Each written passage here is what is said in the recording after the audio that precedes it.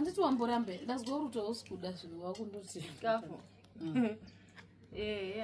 Ndazi chabikwa chikuno. Maisa chiko garlic ndo wakunowera zvigarlic ne garlic ginger ne black pepper.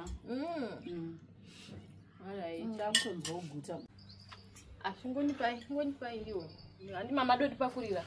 Tingatambisa chikafu vanhu varipo. Wambuti wakaguta wani? Chingatambisika ndikahamba je. Ndipe pakuti chitambisiwe mozodina zvakachado pakugwada. Watoradzo guri aramba tafosa munhu chikafu. Yazvinodzinenge muchida chikafu. Chabikwa honaka chambawo chingwa.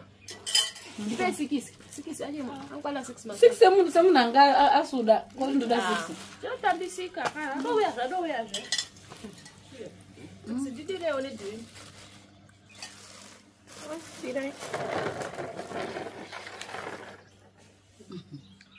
Sakatoumozva zvisvo. Zvamboza tusuda. Zvachinja zvo. Uzodare mazingwa 6 ndo kwandinenge. Mazingwa 6 munhu akamboguta.